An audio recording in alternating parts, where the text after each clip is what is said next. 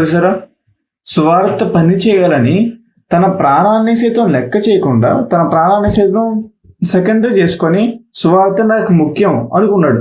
అంటే ఒకప్పుడు ఈ సువార్త నిమిత్తమే ప్రజలను హింసించాడు, వాళ్ళని అవమానపరిచాడు, దూషించాడు, చంపేశాడు. కానీ అలాంటి వ్యక్తి ఎలా మారిపోయాడంటే ఈ సువార్త కోసమే మరి తన ప్రాణాన్ని సైతం లెక్క చేయని వ్యక్తిగా మారిపోయాడు. సో తన ప్రాణాన్ని సైతం లెక్క చేయని వ్యక్తికి ఆదరణ అవసరమా? ఆలోచించండి సరే. ఆదరణ ఖచ్చితంగా అవసరమే లేదు. ఎందుకంటే తన ప్రాణం తన సెకండరీ, తన ప్రాణం ఇంపార్టెంట్ కాదు. మనందరికీ మన ప్రాణం ఇంపార్టెంట్. చిన్న గాయం తగిలితేనే ఏడుస్తాం, లేకపోతే మనకి ఏమైనా పెద్ద యాక్సిడెంట్ అయితే కానీ చాలా బాధపడతాం.